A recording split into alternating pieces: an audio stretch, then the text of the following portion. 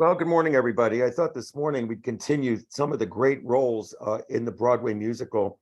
So to make sure everybody's muted because that does sometimes create problems. Everybody should be muted. So I thought I'd start with Henry Higgins. You know, he's not necessarily a good guy. He's narcissistic and all kinds of other psychological terms that we could come up with. And of course, Rex Harrison was almost the embodiment of the modern version of Henry Higgins because his personality morphed so beautifully into the character. I mean, Rex Harrison was known for his bad behavior on and off the stage. Somebody's just said something, so let me make sure we're okay. No audio. Okay, hold on.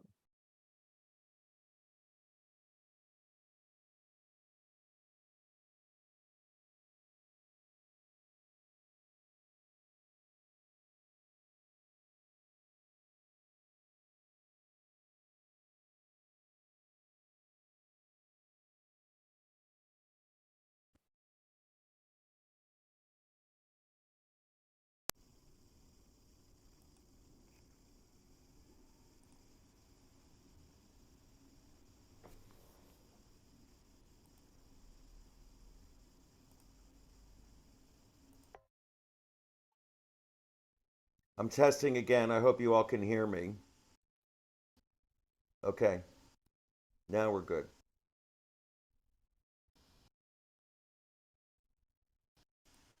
Okay, you all can hear me now, I'm assuming. So, in any event, Rex Harrison embodied the bad guy of Henry Higgins. And Rex Harrison was not exactly a charming guy himself. I want to make sure we're recording again. We are. So, in any event, let's see how Rex Harrison badly behaved as Henry Higgins. Higgins is a good guy. I mean, he really takes advantage of Eliza any which way that he can. He's certainly narcissistic and misogynistic, and Rex Harrison embodied this beautifully.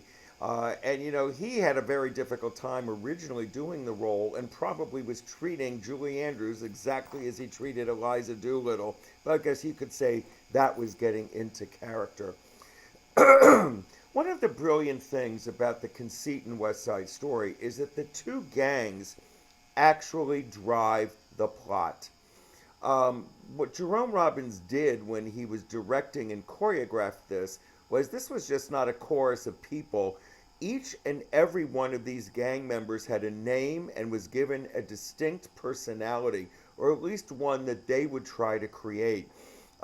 West Side Story in the original script, Tony and Maria are literally ciphers for moving the story along. I mean, you don't get a lot of character development in the original script from either Tony or Maria.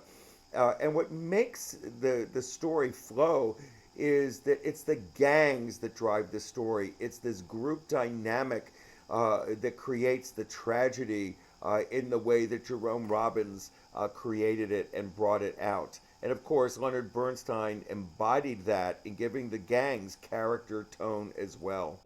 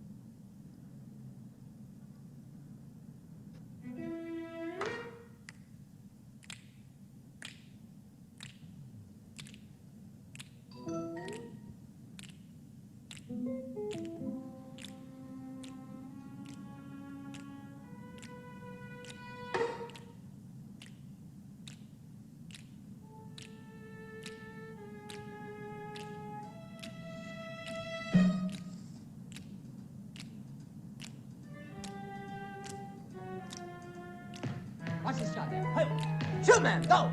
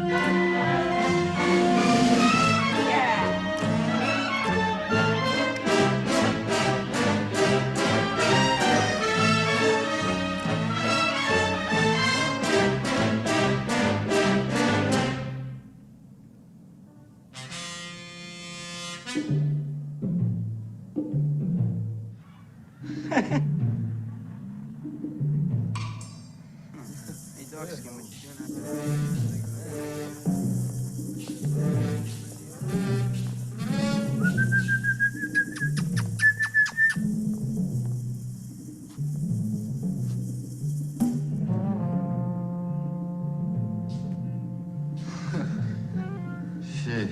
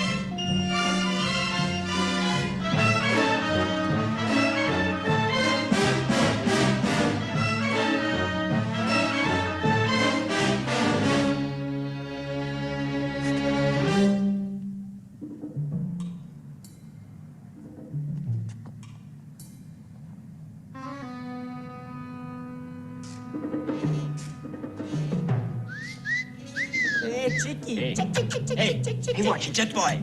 Hey, Jet Boy.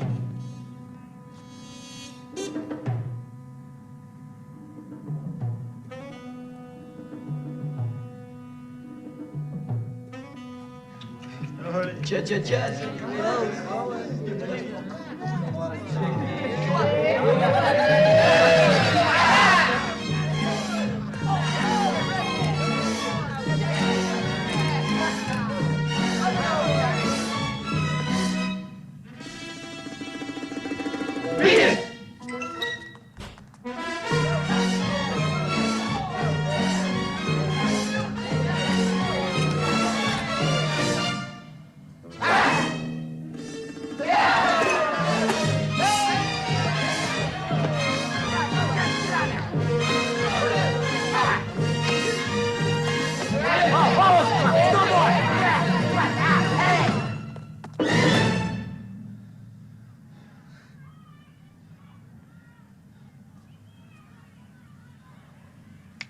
Come on.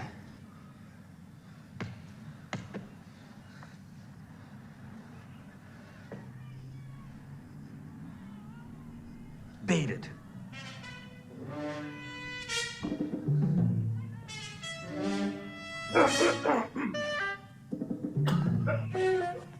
Chico, Chico. Allez, Chico. Allez. Okay, here we go.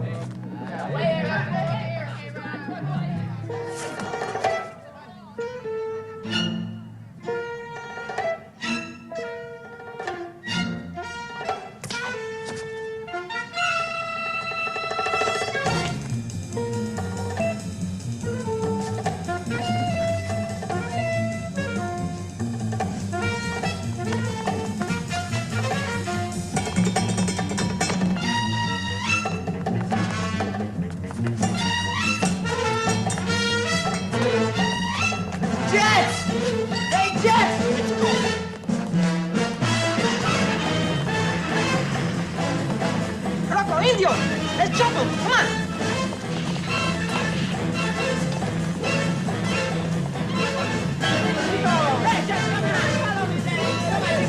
Mira aquí, mira.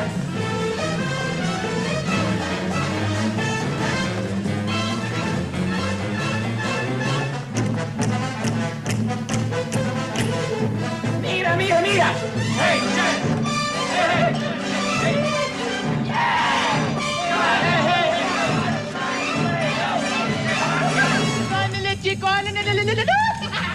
Jess, come on. Hey, Jess. Hello. Jess, come on, Julio. Let's go aquí. Hey, come on. Corre. Let's go see the horse.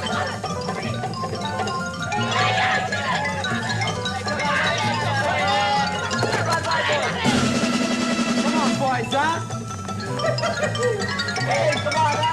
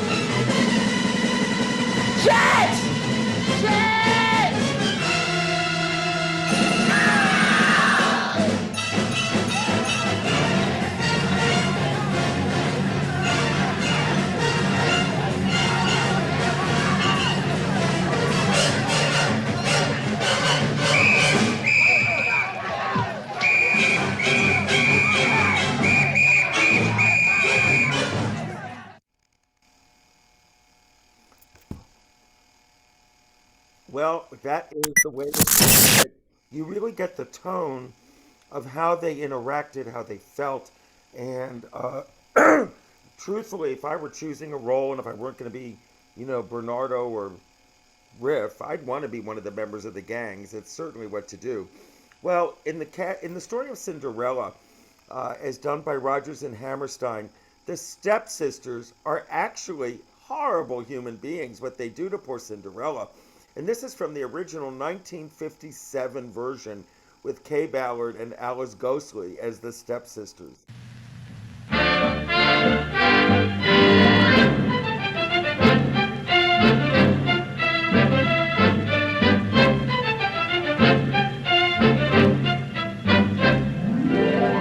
would a fellow want a girl like her, a frail and fluffy beauty? Why can't a fella ever once prefer a solid girl like me? She's a frothy little bauble with a flimsy kind of charm, and with very little trouble I could break her little arm. Why would a fella want a girl like her, so obviously unusual? Why can't a fella ever once prefer a usual girl like me? Her cheeks are a pretty shade of pink, but not any pinker than a rose is. Her skin may be delicate and soft, but not any softer than a doe's is. Her neck is no wider than a swan. She's only as dainty as a daisy. She's only as graceful as a bird. So why is the fella going crazy? Oh, why would a fella want a girl like her? A girl who's merely lovely. Why can't a fella ever once prefer a girl who's nearly me? What's the matter with the man? What's the matter with the man? What's the matter with the man? Isn't that wonderful? I mean, they were just awful, awful, awful. Well, here's another bad guy. We all fall in love with the character of Harold Hill, but he's a swindler, and it's really a shame, that he wants to take advantage of this town for his own purposes. But we all fall in love with him because he's so charming and delightful, which is, part of what it's all about. Meredith Willson, of course, spent 7 years writing The Music Man, based upon his own growing up in Mason City, Iowa. And, it's just so interesting that, here's this character that on all levels you don't want to like, but you instantly fall in love with him, which is part of what makes it so wonderful. Well, there's the weather, of course, when it's in season. Now, Mars, I need some ideas if I'm going to get your town out of the serious trouble it's in. River City ain't in any trouble. Well, then I have to create some. Must create a desperate need in your town for a boys' band. So why does everybody keep rubbering into the billiard parlor? Oh, they just got in a new pool table. They must have seen a pool table before. No, just billiards.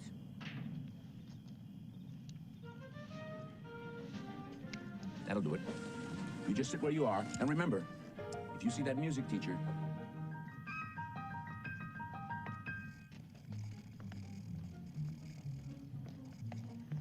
Are you Mr. Dunlop? Yeah? Well, either you're closing your eyes to a situation you do not wish to acknowledge, or you are not aware of the caliber of disaster indicated by the presence of a pool table in your community. Well, you got trouble, my friend. Right here, I say trouble right here in River City. Why, sure, I'm a billiard player. Certainly mighty proud to say I'm always mighty proud to say it. I consider that the hours I spend with a cue in my hand are golden. Help me cultivate horse sense and a cool head and a keen eye. Did you ever take and try to give an ironclad leave to yourself from a three-rail billiard shot? But just as I say it takes judgment, brains, and maturity to score in a bop-line game, I say that any boob can take and shove a ball in a pocket. And I call that sloth. The first big step on the road to the depths of degradation. I say first, medicinal wine from a teaspoon, then beer from a bottle. And the next thing you know, your son is playing for money in a pinchback suit. And listening to some big out-of-town Jasper, hearing him tell about horse race gambling. Not a wholesome trotting race, no, but a race where they set down right on the horse. Like to see some stuck-up jockey boy setting on Dan Patch? Make your blood boil, well, I should say. Now, friends, let me tell you what I mean. You got 1, 2, 3, 4, 5, 6 pockets in a table. Pockets that mark the difference between a gentleman and a bum with a capital B, and that rhymes with P, and that stands for pool. And all week long, your River City youth will be frittering away. I say your young men will be frittering. Frittering away their noontime, supper time, chore time, too. Get the ball in the pocket. Never mind getting dandelions pulled or the screen door patched or the beefsteak pounded. Never mind pumping any water till your parents are caught with a cistern empty on a Saturday night, and that's trouble. Yes, you got lots and lots of trouble. I'm thinking of the kids in the knickerbocker, shirt-tail young ones, peeking in the pool hall window after school. You got trouble, folks, right here in River City. Trouble with a capital T, and that rhymes with P, and that stands for pool. Now, I know all you folks are the right kind of parents. I'm going to be perfectly frank. Would you like to know what kind of conversation goes on while they're loafing around that hall? They were trying out Bevo, trying out Q-Baps, trying out tailor-mades like cigarette fiends, and bragging all about how they're going to cover up a telltale breath with Sen-Sen one fine night. They leave the pool hall, heading for the dance at the Armory. Libertine men and scarlet women and ragtime. Shameless music that'll grab your son, your daughter, with the arms of a jungle animal instinct, mass hysteria. Friends, the idle brain is the devil's playground. Trouble! Oh, we got trouble. Right here in River City. Right here in River City. With a capital T, and that rhymes with P, and that stands for pool. We've surely got trouble. Right here in River City. Right. Gotta figure out a way to keep the young ones moral after school. Mothers of River City, heed that warning before it's too late. Watch for the telltale signs of corruption. The minute your son leaves the house, does he rebuckle his knickerbockers below the knee? Is there a nicotine stain on his index finger? A dime novel hidden in the corn crib? Is he starting to memorize jokes from Captain Billy's whiz-bang? Are certain words creeping into his conversation? Words like swell. Aha, and so's your old man. But if so, my friends, you got trouble. Oh, we got trouble. Right here in River City. Right here in River City. With a capital T, and that rhymes with P, and that stands for pool. That stands for pool. We've surely got trouble. We surely have trouble. Right here in River City. Right here. Remember the Maine, Plymouth Rock, and the Golden Rule. Our children's gonna have trouble. Oh, we got trouble. We're in terrible, terrible trouble. That game with the 15 numbered balls is the devil's tool. Oh, yes, we got trouble, trouble, trouble. Oh, yes, we got trouble. Yes, we got big, big trouble. With a T. And rhyming with P. That stands for pool. Remember, my friends, listen to me.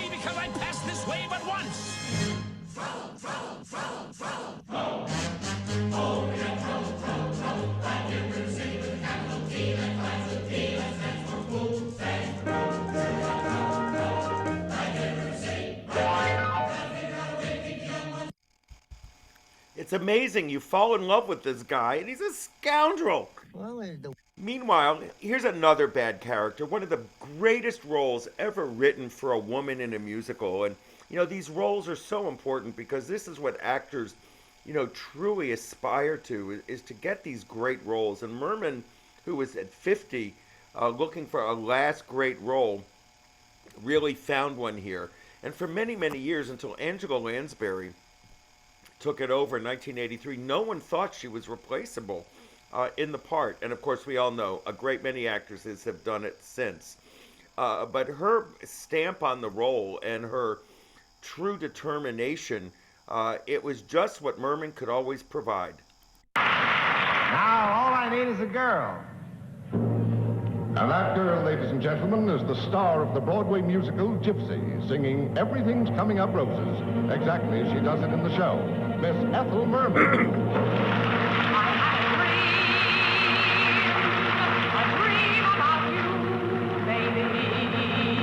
It's gonna come true, baby.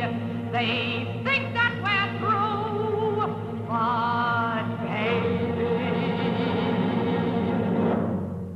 you'll be swell, you'll be great. Gonna have the whole lot of planes. Start here, start now, honey.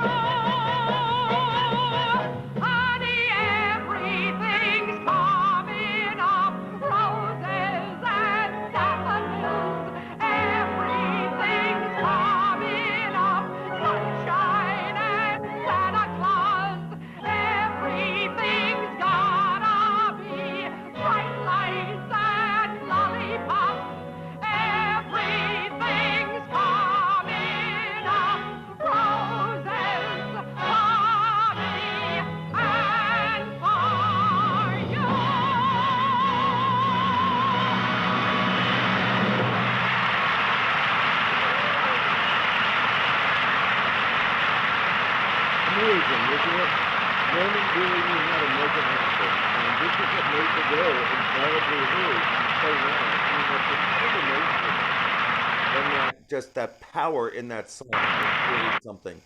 Well, Angela Lansbury, of course, took it over. Tyne Daly did it after that. Bernadette did it. And here, let's see what this is. A woman walks down the aisle of a theater carrying a small dog and singing, yelling out, "Sing out, Louise!" That's the first. That's the first we see of Mama Rose, the ultimate stage mother who is the heart and soul of Gypsy. The role of Mama Rose is the greatest and most rewarding challenge for any musical theatre actress. This year, it's Bernadette Peters' turn. Here's a look at our third show nominated for Best Revival, Gypsy.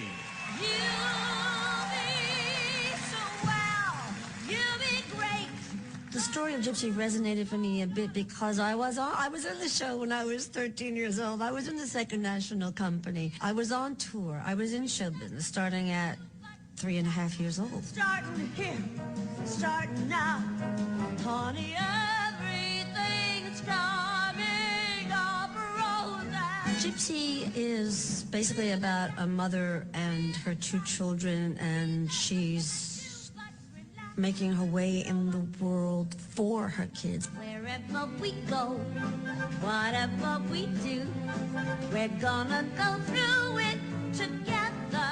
In Rose's turn, just before this number happens, Louise has told Rose that she really doesn't want her around anymore, that she wants to be on her own. Rose feels abandoned and thrown out and rejected. She's thinking, all I gave them was my love, and this is the thanks I get in return. And she's feeling very, very sad about the whole thing and realizing if she only really thought of herself during her life, what her life might have been. Here she is, boys! Here she is, world! Here's Rose!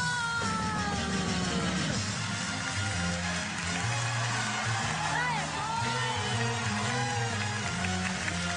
You either got it, or you ain't. And boys, I got it! Some people got it and make it pay. Some people can't even give it away. This people's got it, and this people's spreading it around. You either have it, or you've had it. How do you like them bad rolls, Mr. Goldstone? Hold your hands and hallelujah, Mama's gonna show it to you.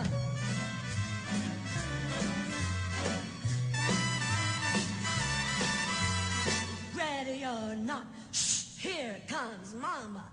Mama's talking loud, Mama's doing fine, Mama's getting hot, Mama's going strong, Mama's moving on, Mama's all alone, Mama doesn't care, Mama's letting loose, Mama's got the stuff, Mama's letting go,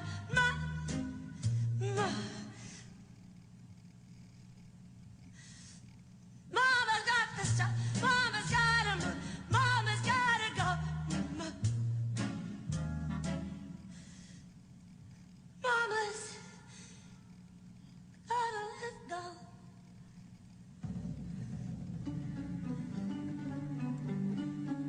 Why did I do it? What did it get me? Scrapbooks full of me in the background.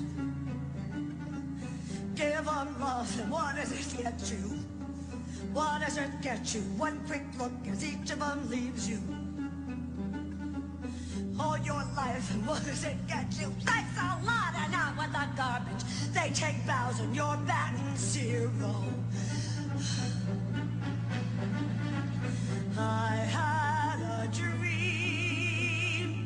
I dreamed it for you, June. It wasn't for me, Herbie. And if it wasn't for me, then where would you be, Miss Gypsy Rosalie? Girl, someone tell me, when is it my turn?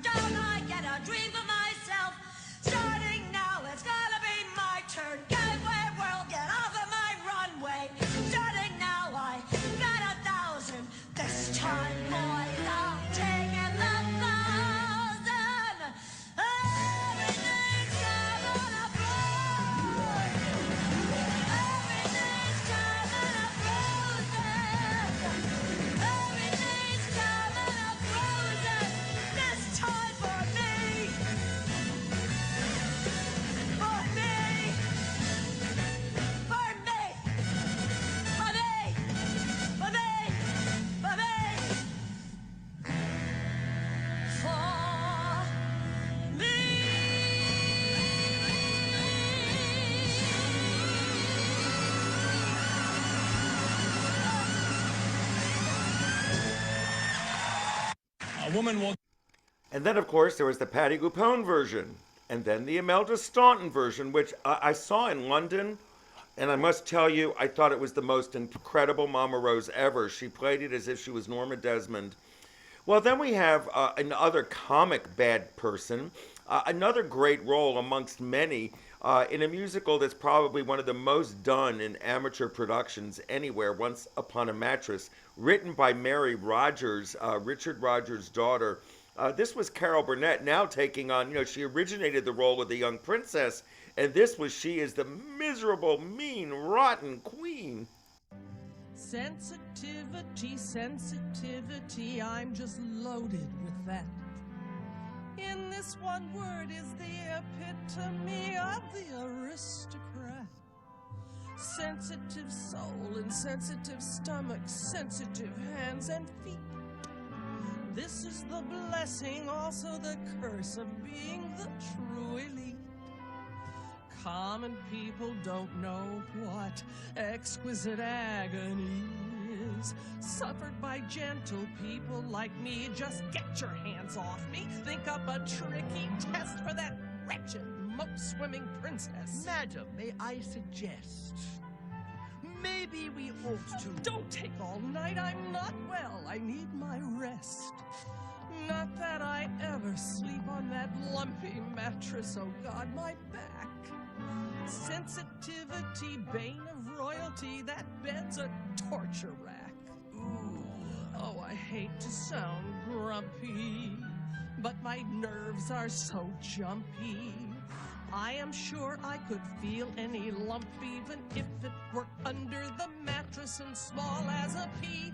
That's the answer, under the mattress. We'll test her tonight.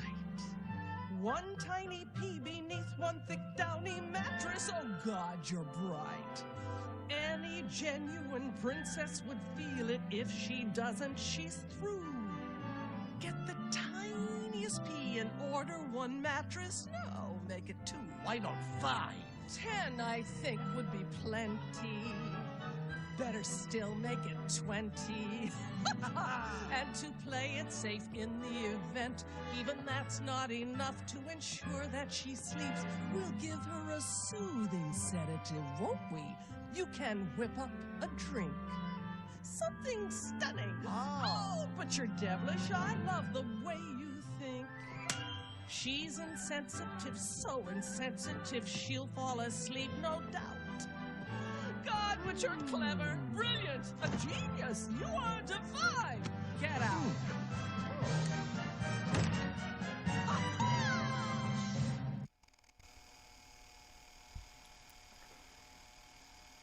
Well, in Fiorello, the Pulitzer Prize-winning, rarely seen musical today about the career of Mayor Fiorello LaGuardia, he got the bad guys in this, and interesting characters were actually the city council that he had to deal with, and the crooked people in the Tammany Hall scandals.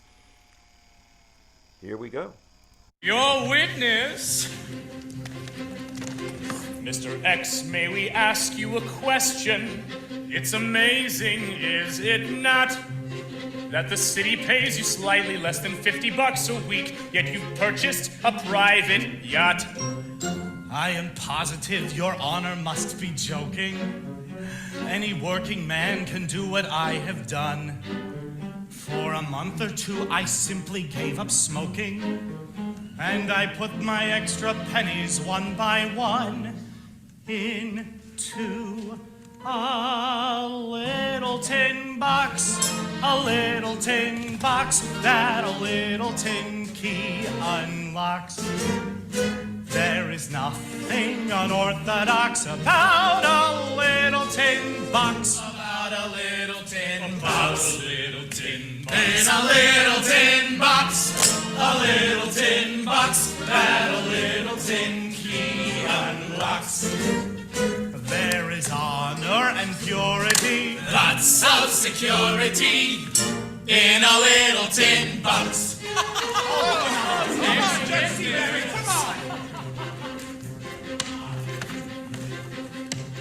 Mr. Y, we've been told you don't feel well, and you know you've lost your voice.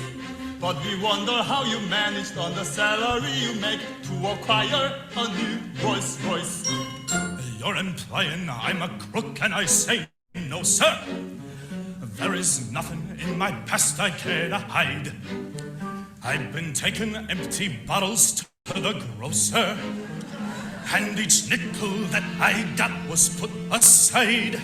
That he got was put aside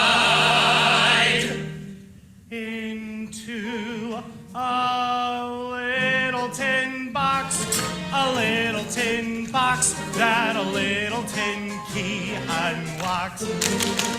There is nothing unorthodox about a little tin box. About a little tin box. A little tin box. In a little tin box.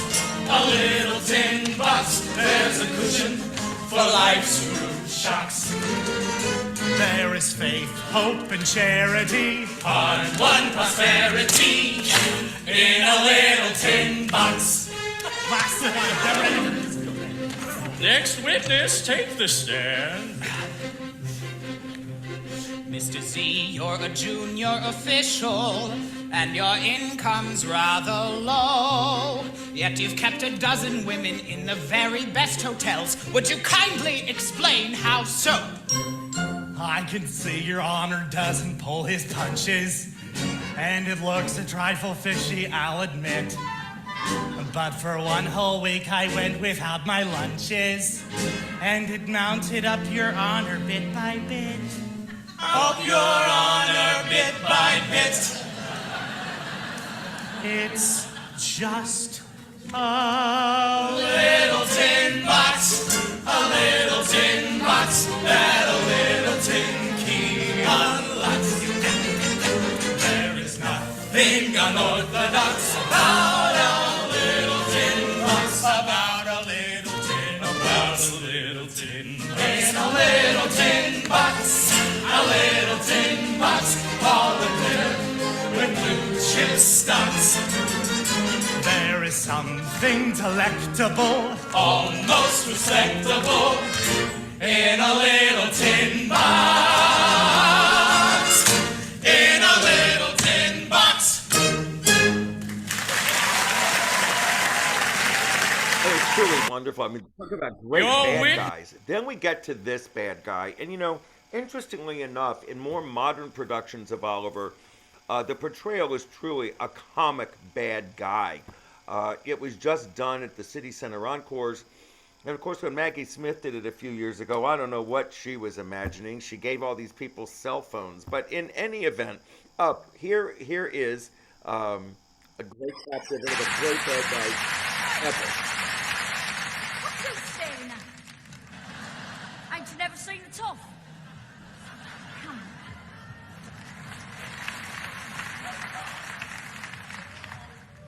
So, mate, I suppose you want someplace to sleep tonight, don't you? Well, don't worry, I know just the place. Fagin! You summoned me, dear boy. You summoned...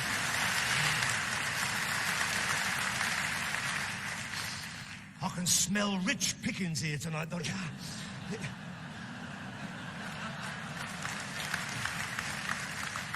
Who's this? Ah, I brought a new friend to see you. Oliver Twist. Oh. Sir. I expect you've come to London to seek your fortune, Master Twist. Well, we'll have to see what we can do to help you, eh, boys? Right, Fagin, just a little bit. You see, Oliver, in this life, one thing counts. In the bank, large amounts. I'm afraid these don't grow on trees. You've got to pick a pocket or two. You've got to pick a pocket or two. Boys, you've got to pick a pocket or two. Large amounts don't grow on trees. You've got to pick a pocket or two. Let's show Oliver how to do it, my dears. Come along, Oliver, you stay there. Oh, yes, indeed.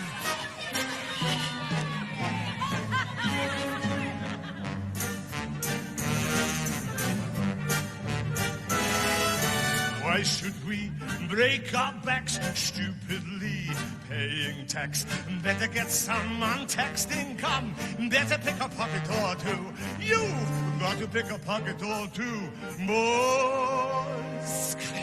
You've got to pick a pocket or two. Watch and learn. All right, the way you're right now, Max. Better pick a pocket or two. Who said crime doesn't pay?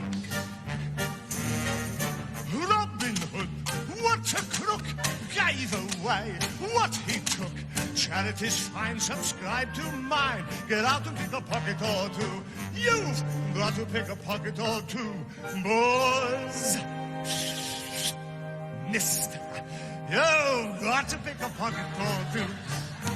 Robin Hood was far too good. He had to pick a pocket or two. Merry men indeed. Take a tip from Bill Sykes. He can whip what he likes. I recall he started small. He had to pick a pocket or two. You've got to pick a pocket or two, boys. Oh, you've got to pick a pocket or two. Green would be like all them sights. You can pick a pocket or two. Wind in me, Oliver. Wind in me. Dear old gent passing by, something nice takes his eye. Everything's clear, attack the rear. Get in and pick a pocket or two. You've got to pick a pocket or two, boys.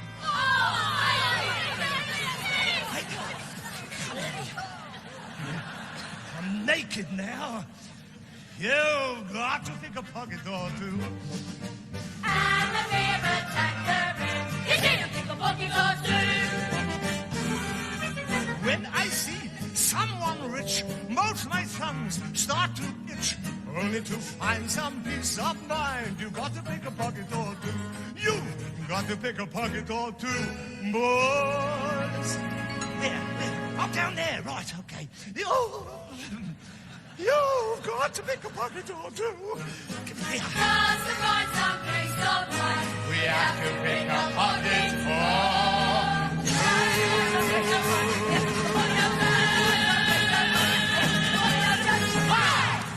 One of the great bad characters. And then again, these are some of the great roles in the Broadway musical that we would all want to keep. Now, in the musical She Loves Me, there's a real philandering evildoer. And, you know, She Loves Me is just a gem of a musical written by Bach and Harnick, based upon the shop around the corner or the perfumery. It's a wonderful story of two people working next to each other who can't stand each other. And then these are the other people who work in the store with them, carrying on romances.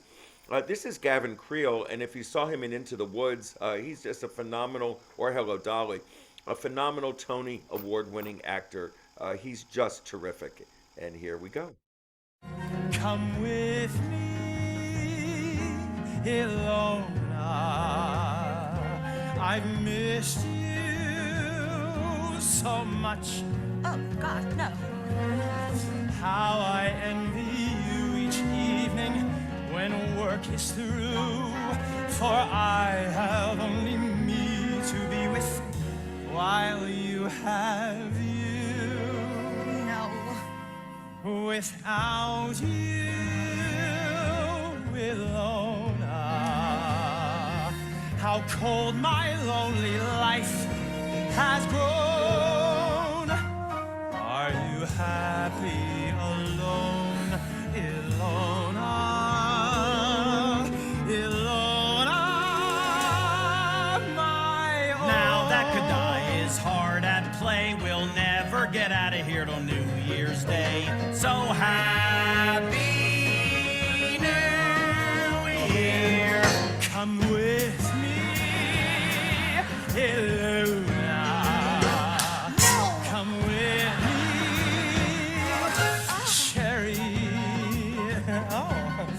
Mistletoe, I long for someone. Please tell me who, like some divining rod, it points straight to you. Remember, Ilona, those sunny nights we knew before just say the word, Ilona. We'll know them once more. If it was only up to me, guess who I would hang upon the Christmas tree? This is where I came in, amen. The fox and the chicken are a team again.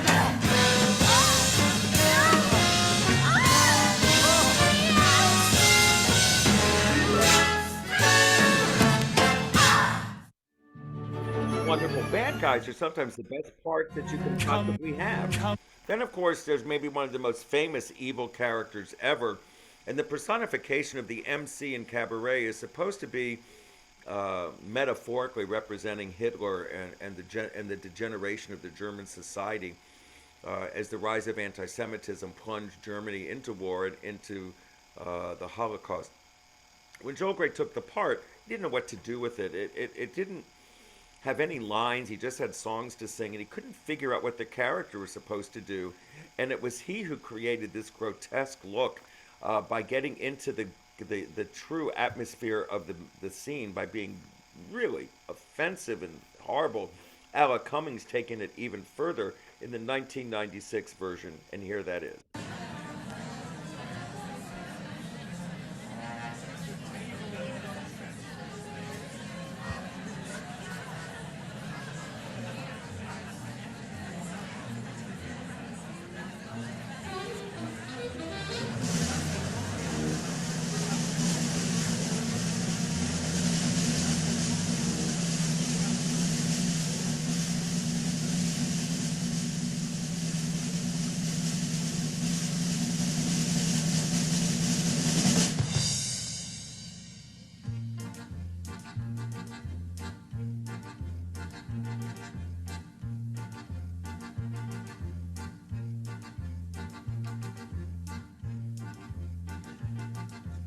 Willkommen, bienvenue, welcome. Fremder, étranger, stranger. Glücklich zu sehen, je suis enchanté. Happy to see you, bleibe, reste, stay. Willkommen, bienvenue, welcome. Im Cabaret, au Cabaret, au Cabaret. Meine Damen und Herren, Mesdames et Messieurs, Ladies and Gentlemen. Guten Abend, bonsoir, good evening. Wie geht's? Comment ça va? Do you feel good? Yeah, I bet you do. Ich bin euer Konferencier, je suis votre compère. I am your host. Willkommen, bienvenue, welcome. Im Cabaret, au Cabaret, au Cabaret. Leave your troubles outside. So, life is disappointing. Forget it. We have no troubles here. Here, life is beautiful. The girls are beautiful. Even the orchestra is beautiful.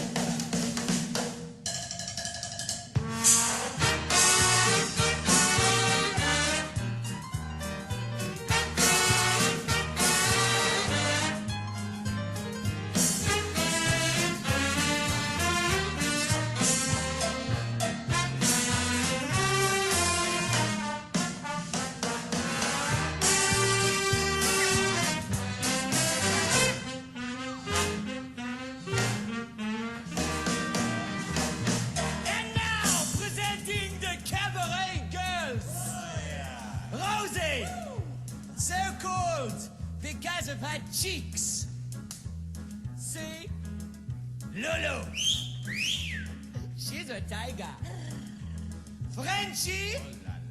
She loves to polish. And Texas. You like Texas? Well, too bad. Because Texas likes girls. Rosie, Lulu, Frenchie, and Texas. Each and every one a virgin. You don't believe me? don't take my word for it. Go ahead, try her.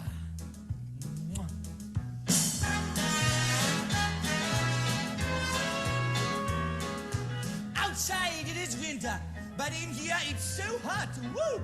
Every night we have to battle with the ghosts to keep them from taking off all of their clothings. So don't go away. Who knows? Tonight we may lose the battle.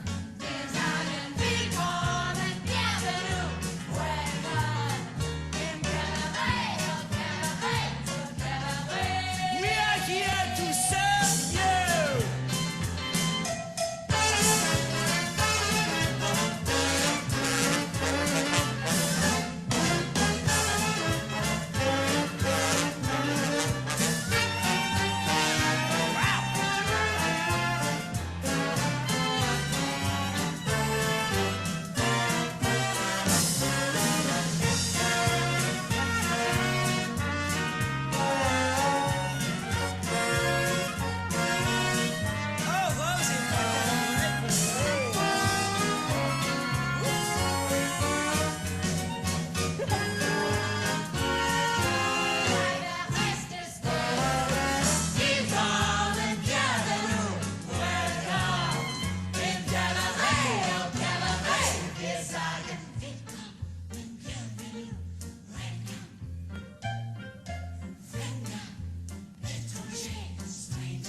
Hello, stranger.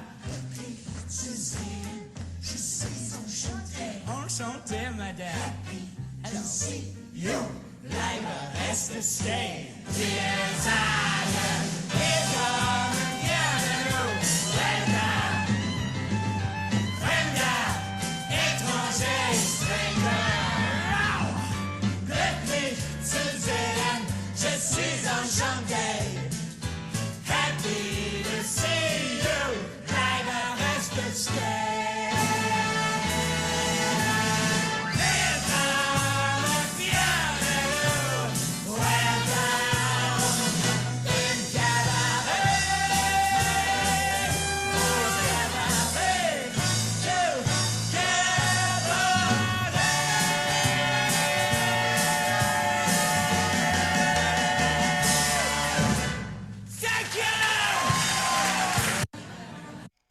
Well, there's another bad guy. You know, in corporate America, and this was Promises, Promises was written a day before sexual harassment even hit anybody's imagination. But, you know, here we'll end today with this Promises, Promise. You know, Bacharach and David, who were the most important songwriters at that point in time in the late 1960s and early 70s, they wrote a Broadway musical thinking they were writing hit songs. The music, by and large, doesn't really fit the story. But, you know, here is just a great moment from Promises, Promises. In the Broadway musical Promises, Promises, Chuck Baxter advances his career by offering up his Manhattan apartment to company executives for their extramarital affairs. Here to perform Our Little Secret, please welcome Sean Hayes as Chuck Baxter and Tony Goldwyn as Baxter's boss, Mr. Sheldon.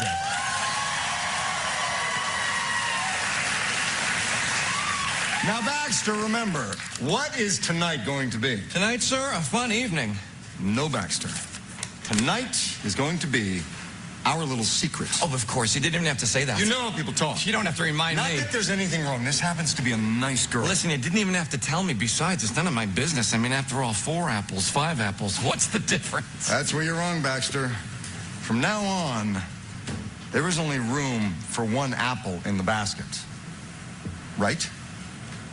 Right. All the other apples are spoiled and they're rotten. Out of the basket they'll go. Your loyalty is something that won't be forgotten.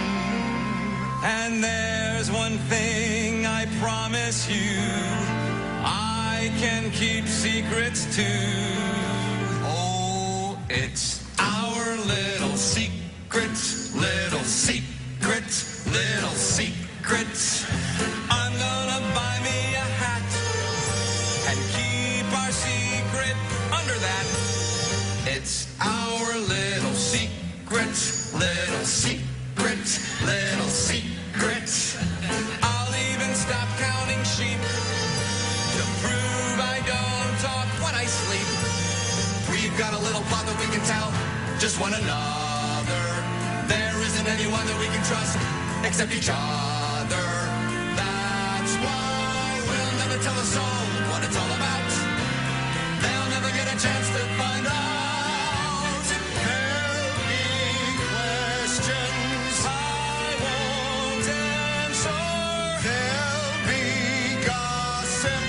Let them gossip. We don't care. Just put your trust in me. It's our little secret, and I'll keep it locked inside me. Cause it's no one else's business but our own. Anyhow.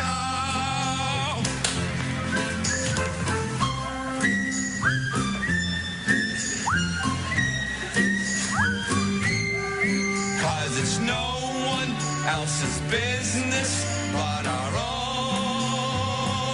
Anyhow, our little secret. Oh yes, it's yours and mine. Our little secret. For now and all the time we'll stick together. Cause we've got our little secret